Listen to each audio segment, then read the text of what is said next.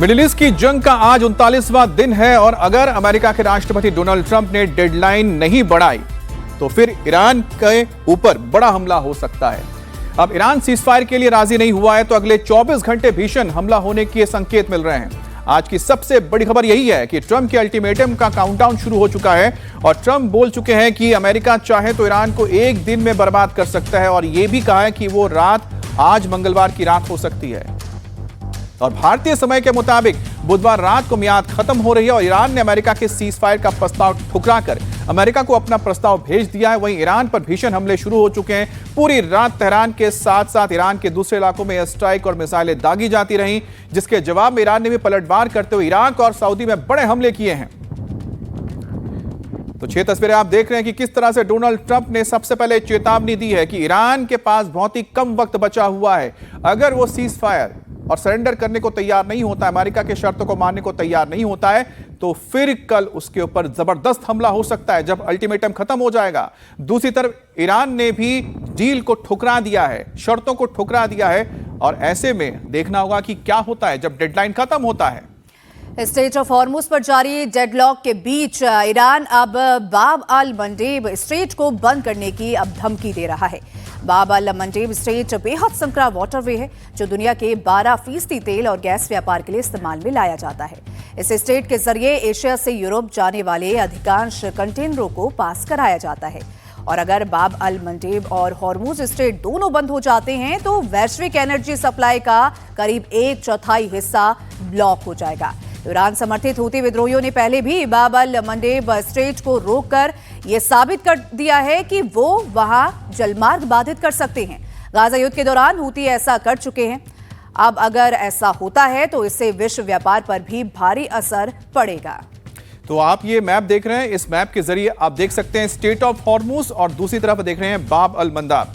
ये दो ऐसी जगह, एक तरफ लाल सागर, दूसरी तरफ है पर्शिया की खाड़ी यानी पर्शियन गल्फ। अब स्ट्रेट ऑफ हॉर्मुज के बिल्कुल सामने ईरान है और दूसरी तरफ यहां पर आप देखिए कि एक तरफ यूएई और साथ ही ओमान है। तो यहां पर ये 3 देशों के लिए अहम जगह है। तीनों देशों का ये हिस्सा आता है स्ट्रेट ऑफ हॉर्मुज, जहां पर इस वक्त ईरान के हमलों की वजह से ब्लॉक किया हुआ है पूरा ये रास्ता। दूसरी तरफ देख रहे हैं लाल सागर पर अगर हूतियों ने यमन से यहां पर हमला करना शुरू किया तो स्ट्रेट ऑफ हॉर्मुज की तरह ही बाब अल मंडेब, लाल सागर और साथ ही ये पूरा जो इलाका है भूमध्य सागर तक जो जाता है वो बंद हो जाएगा। और डेडलाइन से पहले इजराइल का ईरान पर अटैक जारी है। इजरायली सेना ने एक वीडियो जारी किया जिसमें एक के बाद एक कई बड़े हमले हुए हैं। हमला तेहरान में 3 एयरपोर्ट्स पर किया गया। इजराइल अब तक ईरान के 2 सबसे बड़े पेट्रोकेमिकल प्लांट्स पर हमला कर चुका है। तस्वीरों के जरिए आपको बता रहे हैं जिससे ईरान की करीब 85% केमिकल एक्सपोर्ट करने की क्षमता जो है वो ठप हो गई है। तो ये बड़ी खबर।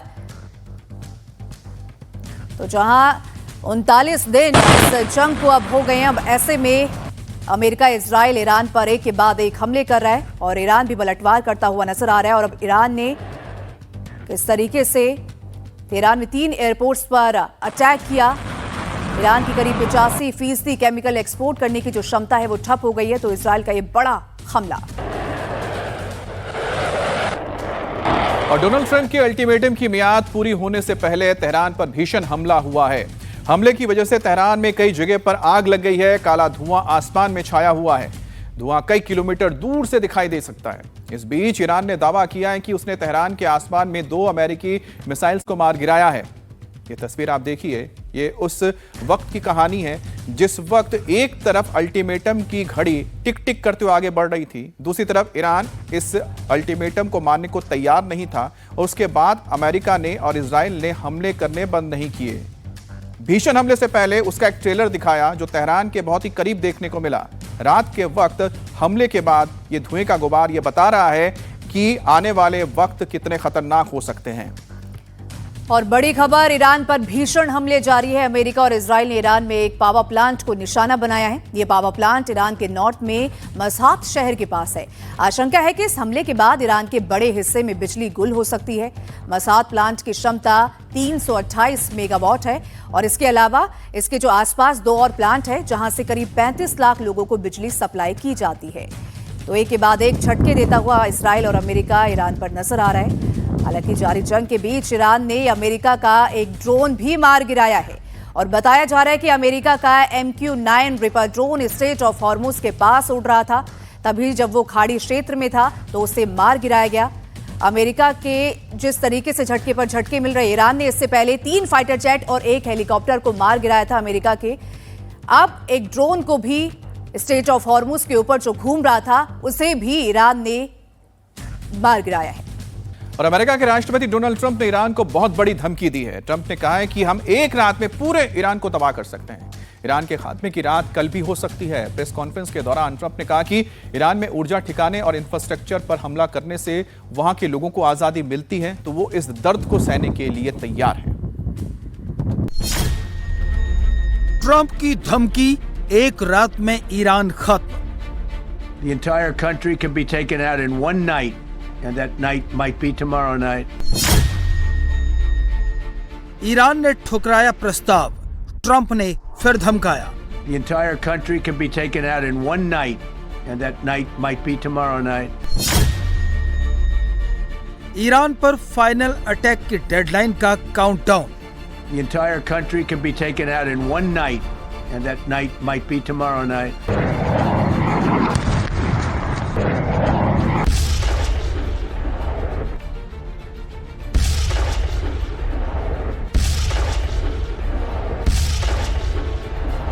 ये ट्रंप की सबसे नई धमकी है, घातक और भीषण हमले की धमकी। 3 बार डेडलाइन बढ़ाने के बाद इस बार ट्रंप जोरदार प्रहार की तैयारी में है। ट्रंप ने 8 बजे EST टाइम की डेडलाइन रखी है, यानी भारतीय समय के मुताबिक बुधवार सुबह 5:30 बजे। मिसाइल बॉम्ब एयर स्ट्राइक, इससे भी भीषण तस्वीरें कुछ घंटों के बाद दिख सकती हैं, क्योंकि ईरान के रवैये से ट्रंप बुरी तरह बौखला गए हैं। उनकी खुद की प्रतिष्ठा दांव पर लग गई है, इसलिए डेडलाइन खत्म होने से पहले उन्हें कहना पड़ा कि उनके पास पूरा प्लान तैयार है। We have regime change, but we didn't do this for regime change. We did it for the fact, and my view is very simple. I saw somebody said, "Oh, he doesn't have a plan. I have the best plan of all, but I'm not going to tell you what my plan is." You know, they want me to say, "Here's my plan. We're going to attack at 9:47 in the morning, and then we're going to do this, and then we're going to." And if you don't do that, they say, "I have a plan." These people know what the plan is. Everybody here knows what the plan is, but it's very unfair to say we don't. Because I don't mind being insulted. I've been insulted for many years by the fake news, but you can't. It's so bad for people that are so pro. You just saw 2 great and John Ratcliffe, 3 unbelievable people. They have a plan. Every single thing has been thought out by all of us.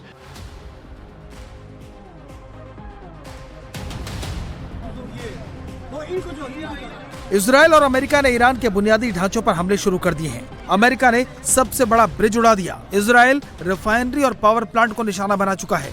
Israel ने दावा किया कि उसने South Pars gas field में Iran का सबसे बड़ा petrochemical plant बेकार कर दिया है। ये पेट्रोकेमिकल प्लांट वेस्ट ईरान के असाउल्लेह में है।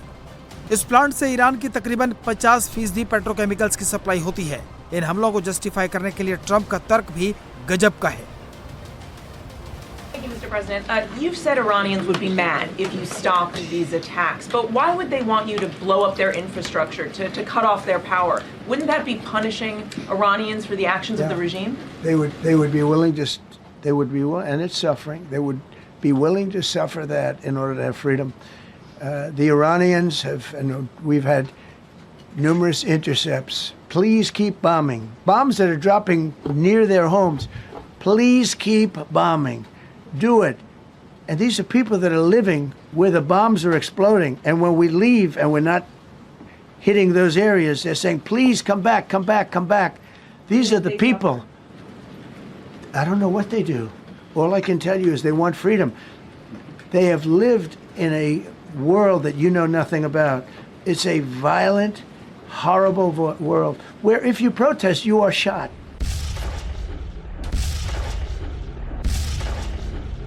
इजराइल ने तेहरान के एक रिहायशी इलाके पर अंधाधुंध बमबारी की, जिसमें 6 बच्चों समेत कुल 57 लोग मारे गए।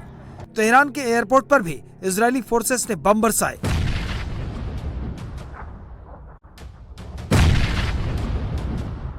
ईरान के होर्मुज़गन सूबे में पोर्ट सिटी बंदरे लंगहे पर अमेरिका की बमबारी में 13 लोगों की जान चली गई।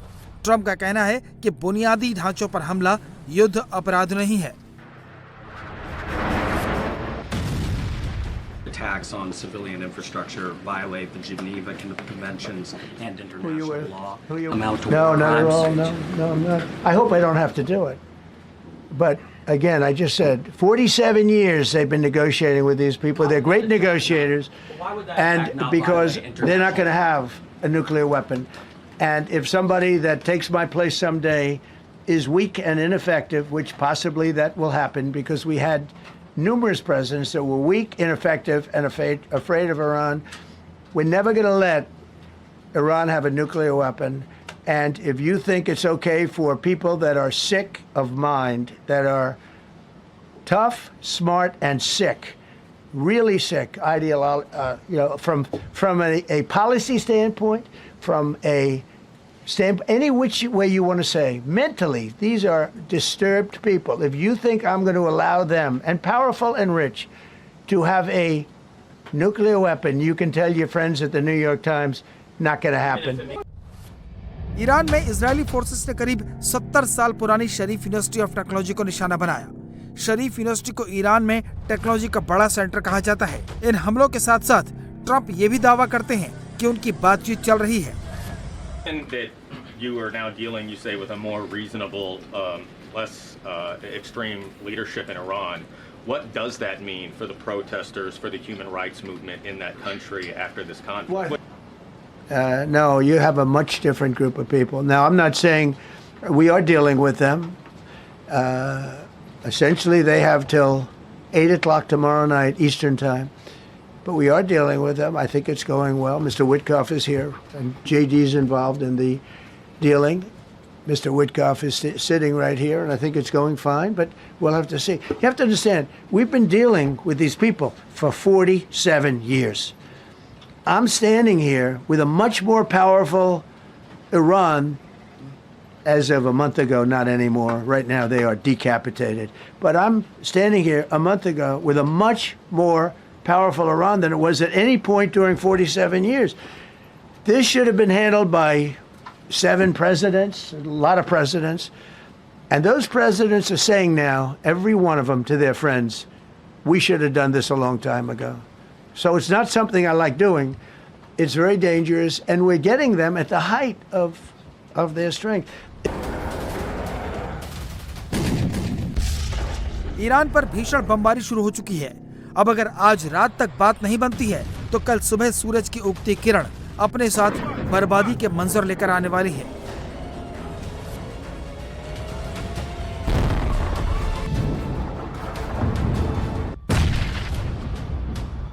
अमेरिका और इजराइल मिलकर ईरान पर अटैक कर रहे हैं और ये अटैक रुकने का नाम नहीं ले रहे। तो दूसरी तरफ ईरान ने इराक के इरबिल पर भी अटैक किया है। तो जबरदस्त पलटवार करता हुआ ईरान भी नजर आ रहा है। इराक के इरबिल में ईरान ने अमेरिकी सैन्य अड्डे पर हमला किया, उसे टारगेट बनाया, जिसके बाद अमेरिकी बेस पर एयर डिफेंस एक्टिव कर दिए गए। हालांकि ये हमला सीधे ईरान ने नहीं किया, बल्कि ईरान के समर्थन वाले हथियारबंद समूह मिलिशिया ने किया है और माना यह जा रहा है कि इसका मकसद अमेरिका का ध्यान युद्ध से हटाकर इस ओर लगाना है। तो ये बड़ी खबर, जहां 38 दिन इस युद्ध को बीत चुके हैं, लेकिन अभी भी ये युद्ध खत्म होने का नाम नहीं ले रहा है। अमेरिका और इजराइल की तरफ से एक के बाद एक हमले ईरान पर जारी है, लेकिन ईरान ने इराक के इरबिल पर बड़ा हमला किया है। तो ईरान के इराक और इजराइल पर ताबड़तोड़ हमले जारी हैं। देर रात इराक के इरबिल इलाके में ड्रोन से हमले किए गए और माना यह जा रहा है कि ये हमले ईरान के खिलाफ खड़े कुर्द विरोधी समूह के ठिकानों पर किए गए। इराक के इरबिल प्रांत में धमाकों की आवाज भी सुनाई दी और तस्वीरें आप देख सकते हो, वो आवाज भी आप सुन सकते हैं।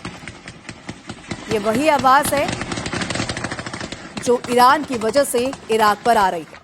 तो इराक में जो यूएस का बेस है, उस बेस पर हमला किया गया, जिसके बाद अमेरिका ने एयर डिफेंस सिस्टम वहां पर एक्टिव कर दिया।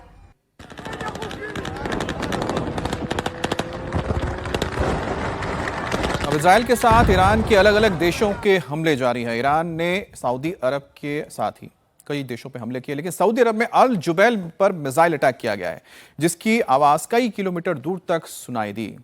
इस वीडियो में वही आवाज सुना पा रहे होंगे आप। जानकारी के मुताबिक ईरान ने एक साथ कई मिसाइल और ड्रोन से हमला किया, जिसके बाद तनाव और बढ़ गया है, क्योंकि लगातार सऊदी के चेतावनी के बाद भी ईरान रुकने को तैयार नहीं है। सऊदी अरब ने साफ कहा है कि उसके ऊपर हमले ना हो, उसके इंफ्रास्ट्रक्चर को निशाना ना बनाया जाए, लेकिन लगातार ईरान इन सब चेतावनियों को दरकिनार करते हुए सऊदी अरब में मौजूद कई ठिकानों पर हमले कर रहा है, चाहे वो अमेरिकी बेस हो या फिर पेट्रोलियम केमिकल के कारखाने हो या फिर कुछ अहम ठिकाने हो जिसके बारे में अभी तक जानकारी नहीं आई है। तो उसी तरह से आप देखिए कि किस तरह सऊदी अरब के अंदर हमले हो रहे हैं। हालांकि इसके ऊपर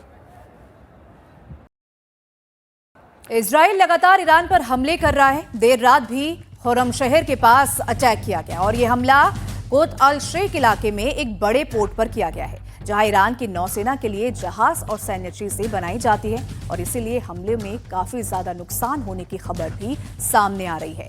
तो ईरान के कोत अल शेख इलाके में यह हमला हुआ और ये काफी ज्यादा झटका, बड़ा झटका इसलिए भी कहा जा सकता है ईरान को, क्योंकि यही वो जगह है जहां पर काफी जो हमले में तैयार किए जाते हैं तमाम चीजें वो वहां पे बनाई जाती है।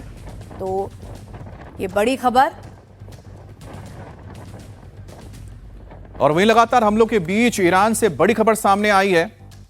दरअसल खबर के मुताबिक ईरान का स्टेट टीवी बच्चों और छात्रों से अपील कर रहा है। अब क्या अपील की जा रही है आप सुनिए। आपको सुन के भी कह सकता हूं कि हैरानी भी होगी और चौंक जाएंगे। पावर प्लांट और जरूरी जगहों के आसपास बच्चों से कहा जा रहा है, छात्रों से कहा जा रहा है कि जाकर ह्यूमन चेन बनाए, ताकि अगर अमेरिका हमला करता है तो ये ह्यूमन चेन देख के, बच्चों को देख के हमला ना करें। आप सोचिए कि अगर इस तरह की टीवी के जरिए संदेश दिया जाता है और बच्चों से कहा जाता है कि ह्यूमन चेन बनाए। अब कई हजार फीट की ऊंचाई पर वो रहते हैं, फाइटर्स या बॉम्बर्स, जब वो हमला करेंगे क्या उनको पता है कि वहां पर बच्चे मौजूद रहेंगे और उसके बाद इन बच्चों के ऊपर क्या बीतेगा। और बड़ी खबर कुवैत से भी है, जहां पर ईरानी हमले में 15 अमेरिकी सैनिकों के घायल होने की खबर है और ईरान ने कुवैत के अली अल सलेम एयर बेस को ड्रोन से निशाना बनाया है, जिसमें अमेरिकी सैनिक घायल हुए हैं। हालांकि यह दावा किया जा रहा है कि सैनिकों को मामूली चोटें आई हैं और वो अपनी ड्यूटी पर लौट आए हैं। तो कुवैत के ऊपर लगातार हमले हो रहे हैं और कुवैत के एयर बेसेस को निशाना बनाया जा रहा है, जहां पर अमेरिकी एयरक्राफ्ट रखे जाते हैं। इसी तरह के एक चिनूक हेलीकॉप्टर को निशाना बनाया गया था जो पूरी तरह से ध्वस्त हो गया था। एक बार फिर से कुवैत में मौजूद अमेरिकी बेस को निशाना बनाया गया, उसके ऊपर हमला किया गया, जिसमें बताया जा रहा है कि मामूली चोटें आई थी वहां पर मौजूद अमेरिकी एयरफोर्स के जवानों को। हालांकि बाद में वो तुरंत फिर अपनी ड्यूटी पर लौट आए हैं, लेकिन रेस्क्यू मिशन की तस्वीर आप देख पा रहे हैं।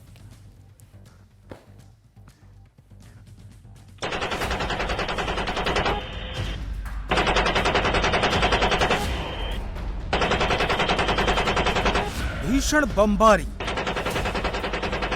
गोलियों की बौछार और हजारों लोगों की भीड़ के बीच अमेरिकन आर्मी का ये रेस्क्यू ऑपरेशन इतिहास की किताबों में दर्ज होगा।